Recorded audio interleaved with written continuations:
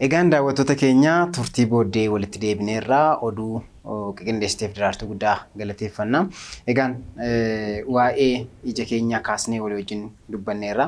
Amma immoo fincaan namaa waa'ee dhibee namaa maal namatti argisiisuu danda'a waan jedhu ilaalla. Egaa fincaanni bifti isaa jijjiiramuu danda'a, nama gubuu danda'a, dafee nama qabuu danda'a. Yeroo tammaammaa namatti dhufuu danda'a, ribaa nama kaasuu danda'a. Mee fincaan keenya waa'ee dhukkuba keenya maal nutti agarsiisuu danda'a? Bifa fincaanii irraa yookaan fincaan gara keellooti normally kalarii bifisa gara keellooti. Keelloon kun garuu keessuma gara burtukaaniitti hin deemne gara burtukaaniitti hin deemne miti. Gara burtukaaniitti kan deemu yoo ta'e akka qola burtukaanii baay'ee bishaatee fakkaachuu yoo deeme bishaan baay'een dhugnee jechuu ta'uu danda'a. Sirriitti bishaan dhugaan jirru kana bishaan sirriitti dhuguu dhiisuun keenya immoo rakkoo fayyaa baay'eedhaaf nu saaxiluu danda'a. Kanaaf bishaan baay'ee dhuguu qabdaa nuun jechaara qaami keenya jechuudha. Sana agarsiisuu danda'a. Al tokko immoo keelloo ta'ee garuu baay'ee qal'aa akka keelloo daalachatti deemuu danda'a. Inni immoo bishaan baay'ee dhuguu keenya kan mul'isu. Akkasumas immoo yookaan namoonni dhugaatii baay'ee dhugan dhugaatii sanas mul'isuu danda'a jechuudha. Dhangala'aa baay'ee fudhachuu keenya mul'isa jechuudha. Inni kan biraan namni dhiiga fincaa'uu danda'a. Dhiiga kan keessa makee yookaan dhiiguma sirriitti kan keessaa mul'atu fincaa'uu danda'a. Inni baay'ee atattamaan wanta yaala barbaadu ta'uu mala. Sababni isaa dhukkuboonni fincaan dhiiga nama finceessisan dhukkuboota badaa salphaa jedhaman miti. Baay'een isaanii dhukkuboota ciccimoodha.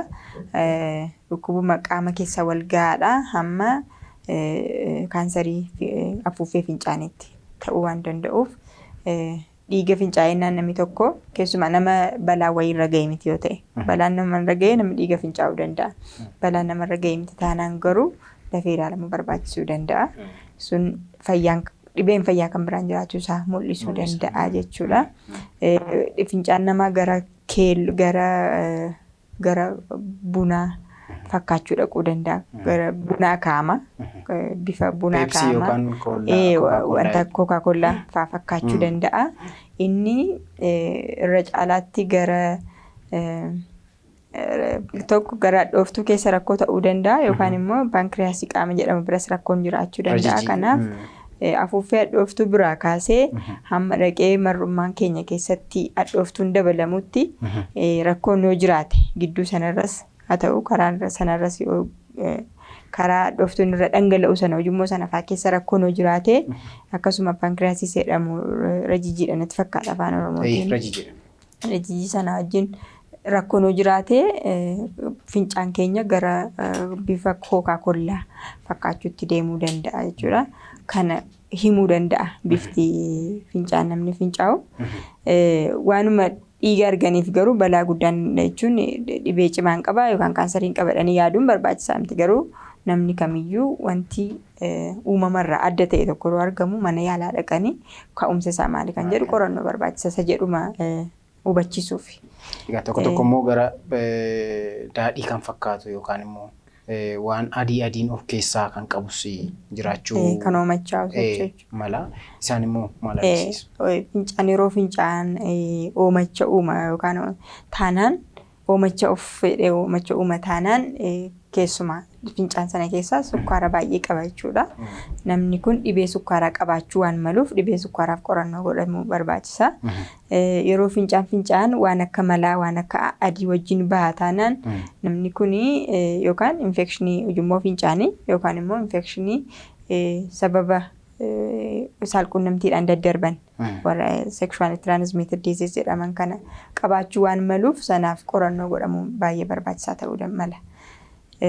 Inni kan biraan yeroo fincaanoo wanti namatti dhagahamuu danda'u maal mul'isa isa jedhuufi gaafa fincaan inni jalqabaa nama sarduu ta'uu danda'a. Nama sarduu hamma mana fincaanii sana ga'anitti illee namarra bahuu danda'a yookaan namarra coccubuu danda'a. Gaafa dhaqanii fincaan gubuun itti dhagahame kun infekshinii ujummoo fincaanii ta'uu waan maluuf mana yaalaa dhaqanii qoricha fudhachuudhaan kanarraa saaxila bahuu ni danda'ama.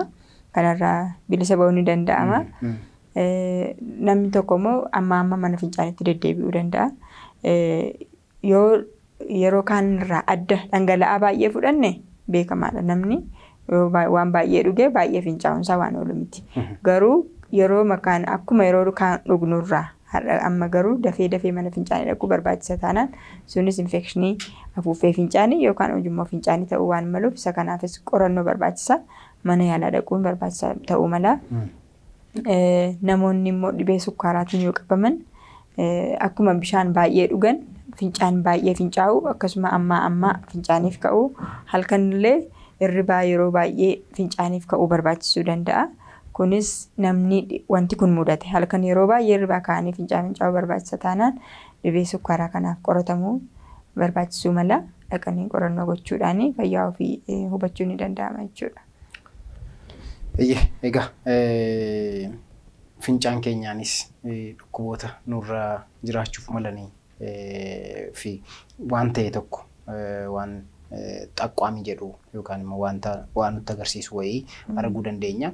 Egaa kan biraan yeroo baay'ee fincaanii wajjin wal qabatee immoo yeroo dheeraa fincaan qabachuu dafanii yoo fincaan namatti dhufe fincaa'uu dhiisuun rakkoo akkamii fiduu danda'a isaan tu'aasufne.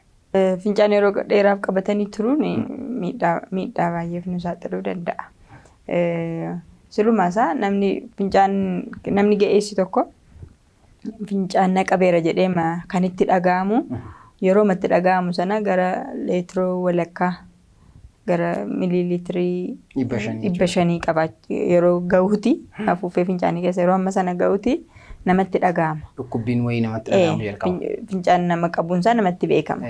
Sana booda ittuma turaa hamma deemu fincaan ittuma dabalaa deema. Sababni isaa kaleen keenya walumatti fufee waan hojjetuuf jechuudha. Kanaaf bakki sana baatu afuuffeen fincaanii maashaalee baay'ee haphii ta'an irraati kan inni hojjetame. Maashaan kun amma fincaan dabalaa deemu isa baachuudhaaf bal'achaa dhisamaa deema jechuudha. Kanaaf sun yeroo dheeraa keessa umurii keenya keessatti guyyaa tokko lama waan gooneef maybe miidhaan cimaan fudhisuu danda'a. Garuu irra deddeebinee akkuma kana amaleeffannee fincaan yeroo dheeraaf irra tursina taanaan rakkoo baay'eedhaaf nu saaxiluu danda'a. Inni jalqabaa hammuma fincaan afuuffee fincaanii keessa yeroo dheeraa turu baakteeriyaan achi keessatti guddachaa deemuu danda'a. Kun immoo infekshinii baay'ee cimaa hamma kalee ofii dhabuu hamma dubbii ofii dhabuu gahanitti nama geessuu danda'u fiduu danda'a. Kanaaf infekshiniin naannoo sanaa akka uumamu gochuu danda'a. Sababii afuuffeen fincaanii dhisamaa deemuufis masliin kun maashaan kuni laafaa deema dadhabaa deemuu danda'a. Namni kana godhu boodarra fincaan qabachuu dadhabuu danda'a. Kanaaf otoo hin beekin fincaan namarra bahuun dhufuu mala jechuudha. Kanaafuu fincaan nu qabeennaan dafnee fincaa'uu qabna jechuudha. Kuufachuu tursachuun barbaachisu. Hamma danda'ametti fincaan nama qabeennaan dafanii fincaa'uun baay'ee barbaachisaadha jechuudha.